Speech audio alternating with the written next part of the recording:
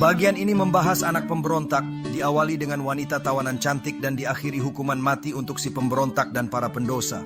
Dari wanita-wanita itu lahir anak-anak jahat, Avshalom yang berusaha membunuh ayahnya, David demi tahta, dan Amnon yang memperkosa saudarinya.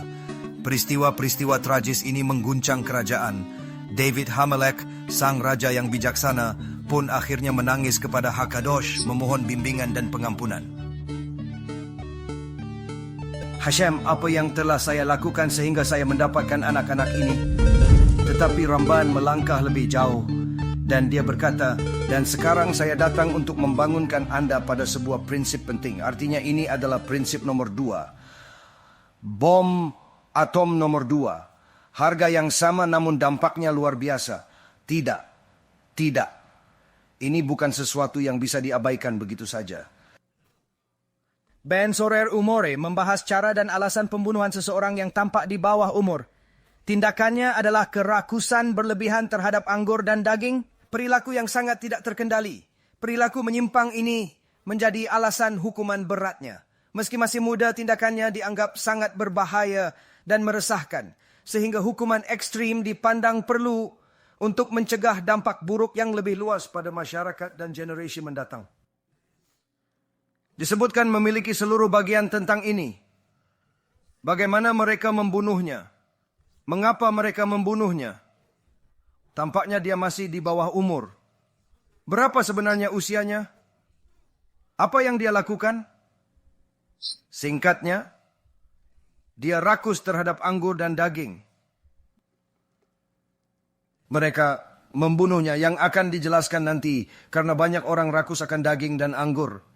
Apakah semua harus dibunuh? Tidak. Kita akan mengerti nanti. Ramban menjelaskan dengan bijaksana mengapa bagian Torah tentang anak memberontak dan orang digantung ditempatkan dekat ayat-ayat tentang wanita tawanan cantik. Ini bukan kebetulan melainkan memiliki makna mendalam yang akan kita pelajari. Alatinnya di satu sisi, di awal ada anak yang memberontak, di akhir hukuman mati yang berat, di tengah ada wanita tawanan yang cantik, yaitu wanita yang menjadi korban perang.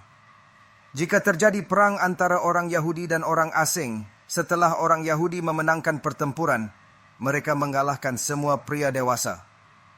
Tentu saja sebagai akibatnya, ada wanita dan anak-anak yang tersisa menjadi tawanan perang. Beberapa dari wanita ini adalah wanita lajang. Beberapa dari mereka cantik. Dan tentu saja, para pria yang penuh dengan hormon dan adrenalin tidak mampu mengendalikan keinginan mereka. Jadi Torah mengatakan, dengarkan, jika mereka sedang dalam perang dan dia melihat seorang wanita, wanita asing cantik harus menunggu 30 hari untuk meratapi keluarga dan memperburuk penampilan dengan mencukur rambut atau memanjangkan kuku. Jika masih diinginkan, dia boleh dikonversi dan dinikahi. Gemara menyatakan ini bukan karena Hashem memberkati pernikahan, tapi mencegah dosa jika dilarang. Ini adalah permohonan Hashem untuk mencegah dosa lebih besar dan memberi kesempatan wanita mempertimbangkan keputusannya. Menyerah pada sifat manusia yang diciptakan sendiri, tapi jangan anggap itu pernikahan yang diberkati. Sebaliknya kata Torah, perintah dan Ramban, ini adalah kebalikannya. Bagian ini dimulai dengan anak memberontak, diakhiri dengan hukuman mati untuk anak memberontak dan pendosa lain. Di tengah ada wanita tawanan cantik, menunjukkan bahwa dari wanita yang ditawan, akan muncul masalah dan konflik dalam keluarga. Demi kecantikannya, demi nafsu, seorang yang saleh tidak akan lahir. Karena niatnya hanya untuk nafsu kasar. Dan oleh karena itu, lahirlah darinya anak-anak yang memberontak, yang pantas dieksekusi oleh 4 hukuman mati dari Beit Din. Di sini Ramban memberi kita sebuah bom atom, di mana dalam banyak kata dia mengatakan, Ya, Anda memiliki pilihan bebas. Hashem tidak akan memilihkan untuk Anda. Tapi pilihan itu sebenarnya tidak benar-benar bebas. Ada harga yang harus dibayar. Anda menikahi gadis itu karena dia cantik. Anda membayar untuk itu. Apa pembayarannya? Anda akan berkata, tunggu dulu, tapi Torah mengizinkannya. kami pergi berperang. Dia ada di sana. Ya, Anda benar. Dia ada di sana. Anda diperbolehkan untuk mengkonversi dan semua hal baik itu. Hashem tidak menginginkan Anda menikahi gadis itu. Dia hanya mengizinkan dalam perang karena tahu Anda akan melakukannya, hanya melihat fisik. Namun, pernikahan itu akan menghasilkan anak-anak yang buruk dan memberontak. Ramban menerapkan ini pada orang-orang yang tidak berperang. Anda menikahi gadis itu karena fisiknya saja, tanpa memikirkan konsekuensinya. Ini bukan dasar yang baik untuk pernikahan dan dapat mengakibatkan masalah di kemudian hari. Anda melihatnya di klub malam, kantor, atau bar dan memutuskan ingin menikahinya karena kecantikannya yang memukau. Anda tidak peduli dengan keyakinan agama atau pemahamannya tentang Torah. Anda hanya berpikir dia sangat cantik dan itu sudah cukup bagi Anda. Namun, perlu diingat bahwa anak-anak yang lahir dari pernikahan seperti ini tidak akan bisa menjadi tzaddikim sejati. Anda benar, ada pilihan bebas untuk menikahi siapapun. Namun pilihan itu memiliki harga, jadi tidak benar-benar gratis. Ini cukup mahal, baik secara emosional maupun finansial. Pernikahan yang didasarkan pada perilaku kebinatangan atau nafsu semata menciptakan binatang dalam hubungan. Konsep yang sama berlaku sebaliknya. Anda menikahinya hanya karena dia tampan atau karena punya uang, tanpa mempertimbangkan kualitas lainnya.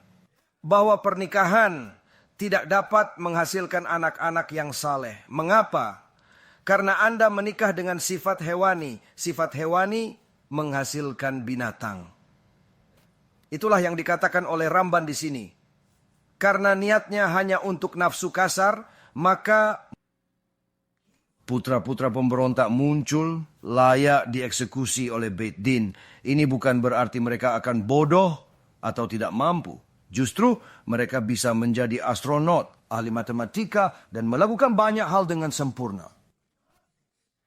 dokter, pengacara, namun menurut Torah, mereka akan menjadi neshamot jahat, yaitu orang Yahudi yang membenci diri sendiri dan liberal. Mereka akan melakukan dosa yang, jika Sanhedrin masih ada, akan dijatuhi hukuman mati. Salah satu dari 4 jenis. Rajam, dibakar, pedang, atau lainnya. Itu tergantung pada dosa, tetapi mereka akan menjadi anak-anak jahat, neshamot jahat. Mereka memerlukan tikun dan mampu melakukan tasyuvah. Namun, mengapa membawa jiwa yang harus mengatasi banyak rintangan untuk menjadi benar, ketika tindakan sama dapat membawa jiwa yang sudah benar dan murni ke dunia? Bukankah lebih bijaksana untuk memilih jalan yang lebih mudah dan membawa kebaikan langsung ke dunia ini? Yang pada dasarnya sudah cenderung melakukan hal-hal baik dan hanya membangun hal-hal baik. Buktinya ada dalam Torah, kata Ramban. Untuk memberikan contoh ekstrim lainnya, Ramban benar-benar pergi ke yang paling ekstrim, menunjukkan bahwa bahkan dalam kasus yang sangat langka dan tidak biasa, prinsip ini masih berlaku. Ia menggambarkan situasi yang hampir tidak mungkin terjadi untuk membuktikan bahwa aturan ini tetap konsisten dalam segala keadaan. Memukul batu, bukan berbicara seperti diperintahkan. Hashem menghukumnya. Dia dianggap tidak mensucikan namanya, seakan tidak percaya. Padahal Moshe Rabbeinu jelas percaya dan telah mensucikan nama Hashem berkali-kali. Namun, kesempatan ini tetap dihakimi tegas. David Hamelech mengingatkan bahwa orang benar pun bisa terjatuh. Kita harus waspada dan berusaha mensucikan namanya dalam setiap tindakan. Jelas, Moshe Rabbeinu percaya kepada Hashem. Jelas Moshe Rabbeinu menguduskan nama Hashem berjuta-juta kali, tetapi kesempatan itu dihakimi. David Hamelech yang dikenal sebagai raja yang saleh. David Melech Yisrael dari Mashiach. David Melech, pilar keempat Merkava. Saat Shimei ben Gera menghina dia di depan umum, David Hamelech melarang tentaranya membunuhnya. Dengan bijak dan rendah hati, dia berkata, tidak, bukan dia yang harus dihukum, biarkan dia. Hashem mengizinkan kutukan ini agar saya memperbaiki diri. Ini terjadi karena saya harus introspeksi. Meski dia bersalah dan akan dihukum, saya perlu bekerja pada diri sendiri.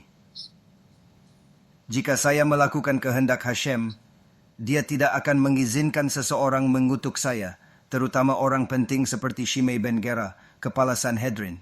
Saat itu, Hakadosh memutuskan bahwa dia akan... Pilar keempat Merkava, Abraham, Yitzchak, Yakov, David. David adalah Kodesh Kodashim. Namun David Hamelech punya anak-anak jahat. Dia memiliki Shlomo yang suci, tapi juga Avshalom dan Amnon yang berbuat dosa. Mengapa ini terjadi? Bagaimana bisa raja yang begitu agung memiliki keturunan yang jahat? Jika tidak ditulis dalam kitab suci, kita tidak diizinkan untuk mengatakannya. Hal ini disebutkan dalam Gemara dan Zohar. Hal ini disebutkan di sini oleh Ramban. Ramban mengatakan Anda harus tahu bahwa masalah Tamar, Amnon, dan Avshalom tidak terjadi pada Raja Daud, damai atasnya tanpa sebab, karena keduanya adalah anak-anak dari wanita cantik, wanita tawanan. Ini menunjukkan bahwa setiap tindakan memiliki konsekuensi, bahkan untuk seorang raja yang agung seperti Daud. Ini menyebabkan pikiran tidak pantas muncul karena bentuk tersebut. Pahami dengan seksama masalah yang Anda angkat tentang persatuan, pikiran, dan renungan mendalam. Ramban dengan bijaksana menyampaikan kebenaran objektif Torah suci tanpa bias atau prasangka. Meskipun David Hamelech dikenal sebagai Kodesh Kodashim yang suci dan dihormati, penting untuk memahami konteks dan makna mendalam dari ajaran ini. Kuti apa yang dia pahami, dan pada suatu waktu dia salah paham. Mereka akan berperang. David Hamelech berperang dalam banyak perang. Mereka pergi berperang, mereka memenangkan perang. Di akhir perang, ada wanita dan anak-anak. Ada seorang wanita cantik di sana. Torah mengatakan setelah perang, jika ada seorang wanita cantik yang Anda ingin, nikahilah dia setelah mencukur kepalanya agar terlihat jelek. Mungkin keinginanmu hilang. Jika masih ingin menikahinya setelah 32 hari, boleh. David melakukannya 2 kali, menghasilkan anak-anak jahat. Ini menunjukkan pentingnya pertimbangan matang sebelum menikah. Pernikahan memerlukan pemikiran mendalam tentang konsekuensi jangka panjang. Avshalom mencoba membunuh ayahnya, David, demi tahta, tindakan pengkhianatan yang mengguncang kerajaan. Lalu Amnon memperkosa saudara perempuannya, kejahatan tak termaafkan. Dalam Sefer Shmuel, Shmuel Bet, bab 13, Amnon menginginkan saudara perempuannya. Meski saudara tiri, tetap saudara, fakta yang membuat perbuatannya lebih mengerikan. Dia terobsesi dengannya. Suatu hari berpura-pura sakit agar dikunjungi. Begitu masuk dia menyerang dan memperkosanya. Gemara menyatakan dia memberi kerusakan permanen, merusak tubuhnya. Tindakannya tetap menjijikan dan mengerikan. Setelah itu dia malah membenci Tamar.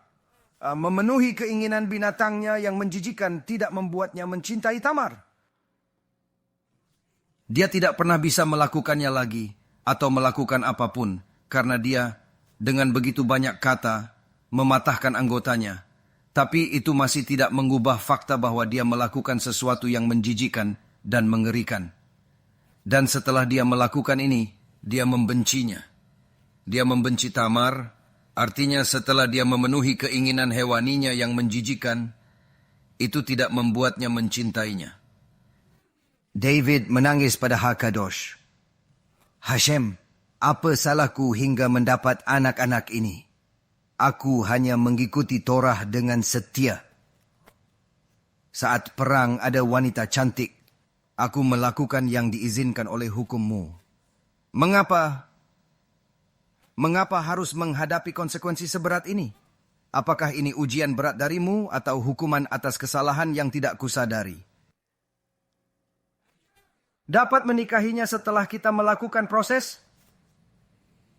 Hashem berkata kepada David, hanya karena aku menulis izin bukan berarti kamu bisa memanfaatkan izin itu. Hanya karena ada pesta bukan berarti kamu harus pergi. hanya karena ada makanan kosher. Bukan berarti kamu harus makan. Kamu seharusnya melihat apa yang ada sebelumnya dan apa yang ada setelahnya. Dan sebelum tentang wanita tawanan perang, saya menulis dalam Torah tentang anak memberontak. Ini memberi petunjuk bahwa jika Anda menikahi wanita tawanan cantik, anak-anaknya akan memberontak. Mereka tidak hanya memberontak terhadap Anda, tapi juga terhadap Hashem. Itulah alasan mengapa di akhir bagian itu, saya menulis tentang konsekuensi dari tindakan tersebut. Pernikahan dengan tawanan perang bisa membawa masalah besar dalam keluarga dan hubungan dengan Tuhan. Hukuman mati bagi pendosa. Anak-anak ini akan memberontak terhadap orang tua dan Hashem. Pemberontakan mereka pantas mendapat salah satu dari 4 jenis hukuman mati. David HaMelech tidak mengulanginya, tapi hanya setelah menderita karena anak-anaknya. Pengalaman pahit ini mengajarkan pentingnya mendidik anak dengan benar dan menjaga mereka di jalan yang lurus.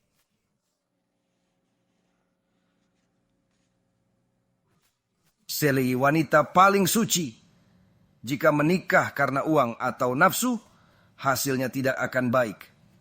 Meski bisa berubah baik dengan tesyubah, awalnya tetap tidak murni. Ini mengajarkan bahwa sekalipun seseorang sangat saleh seperti David HaMelech, belajar Torah siang malam, tapi menikah karena nafsu, apapun yang dihasilkan akan menjadi buah busuk. Bahkan jika seseorang adalah wanita paling suci di dunia, David di antara para wanita, menikah karena uang, nafsu, atau alasan tidak murni lainnya tidak akan menghasilkan kebaikan, meski bisa berubah baik melalui tesyuvah, awalnya tidak akan benar. Mengapa? Karena dimulai dengan ketidakmurnian dan niat tidak tulus. Pernikahan yang didasari oleh motif-motif seperti itu cenderung menghasilkan masalah dan penderitaan di kemudian hari. Harus begitu. Sekarang kita harus menjawab beberapa pertanyaan di sini. Setelah semua kekayaan informasi ini, pertama-tama, pertanyaan dasar adalah Ben Sorer Umoreh, anak yang rusak ini, anak yang mengerikan ini, dia rusak, dia mengerikan. Simbol itu menggambarkan dia sebagai pemabuk anggur dan pemakan daging. Apakah ini berarti semua pemabuk dan pemakan daging adalah pendosa? Tidak. Banyak orang gagal dalam hal ini. Mereka tidak bisa menahan mulut mereka. Mereka harus terus makan dan minum. Mereka harus melakukan hal-hal tersebut. Namun, ini tidak berarti mereka semua buruk. Mengapa Torah menyatakan anak durhaka berusia 12 tahun dijatuhi hukuman mati, tapi tidak jika berusia 30 atau 14 tahun? Karena jika rusak di usia itu, berarti dia berasal dari tempat tidak suci. Artinya orang tuanya memikirkan hal tidak pantas saat berhubungan intim. Berbeda dengan orang lain yang minum anggur dan makan daging, anak ini berasal dari tempat tidak suci. Dia berasal dari tempat tidak suci. Orang tuanya memikirkan hal tidak pantas saat keintiman, membuatnya berbeda dari yang lain. Asal-usulnya membentuk karakternya, mempengaruhi pandangan hidup dan interaksinya. Ini membuatnya lebih sensitif terhadap hal-hal yang tidak disadari orang lain. Dia mungkin merasa terisolasi, berbeda dari sekitarnya. Namun memiliki pemahaman lebih dalam tentang aspek kehidupan yang sering diabaikan. Dia mungkin saja memiliki keinginan untuk itu, tetapi tetap mampu melakukan hal-hal baik, mengembangkan dan membangun, serta berbuat baik dan menjadi baik. Namun, anak ini, karena akarnya berasal dari Tuma, sekarang memiliki kemungkinan yang jauh lebih tinggi untuk melakukan hal-hal yang jauh lebih buruk daripada sekadar menjadi seorang pemabuk. Seperti membunuh orang, memperkosa orang, seperti yang dilakukan oleh anak-anak David, seperti Avshalom, yang secara harfiah mencoba membunuh ayahnya sendiri, seperti Amnon yang memperkosa saudara perempuannya sendiri. Mengapa? Mereka berasal dari tempat ketidaksucian. Meskipun ayah mereka adalah Kodesh Kodashim, ada momen kelemahan, dan momen itu memakan biayanya. Jika hal itu mempengaruhi David Hamelek, tentu akan mempengaruhi semua orang. Ini kelemahan seumur hidup karena terus mengikuti keinginan tanpa kendali. Kita paham tidak seharusnya mengikuti nafsu begitu saja, tapi bagaimana cara mengendalikannya? Pertanyaan ini penting untuk dijawab, karena pengendalian diri adalah kunci untuk menjalani kehidupan yang lebih baik dan bermakna. Menikahi seseorang hanya karena uang atau penampilan mereka saja tidaklah benar. Namun, bagaimana kita mengetahui siapa yang perlu kita nikahi? Bagaimana kita memilih? Apakah kita harus menikahi orang yang jelek atau miskin? Tentu saja tidak. Pernikahan harus memiliki dasar spiritual. Segala sesuatu lainnya adalah nilai tambah. Artinya, jika Anda memilih wanita tersebut untuk menjadi istri Anda karena ideologi suci kita, di mana dia percaya kepada Hashem, dia mengikuti Hashem. Dia bersedia melakukan segala sesuatu yang diperlukan untuk melayani Hashem. Dan kebetulan dia juga kaya raya. Dan dia kebetulan seorang miliarder, itu tidak masalah sama sekali. Tetapi selama Anda membuat pilihan itu karena spiritualitas tersebut juga, hal-hal lainnya adalah manfaat. Namun alasan utama haruslah aspek spiritual itu. Jika Anda memilih untuk menikahi pria tersebut karena dia memiliki ideologi yang baik, dia belajar musar, dia belajar gemara, dia mengikuti halakha, dia bukan salah satu dari para heretik ini, dia bukan salah satu dari para filsuf yang mencoba menciptakan Torah baru, dia juga miliarder dan cantik, tidak masalah. Nikmati pernikahan Anda. Anda akan punya bayi cantik yang tidak khawatir soal uang. Mengapa? Karena fondasinya kesucian dan spiritualitas. Tapi jika Anda menikah hanya untuk fisik atau uang, itu bukan dasar kuat untuk pernikahan bahagia. Pernikahan sejati harus dibangun di atas nilai-nilai yang lebih dalam, bukan hal-hal sementara. Anda ditakdirkan untuk dikutuk. Anda ditakdirkan untuk dicambuk oleh Hakadosh sendiri setelah Eliyahu Hanavi mengikat Anda.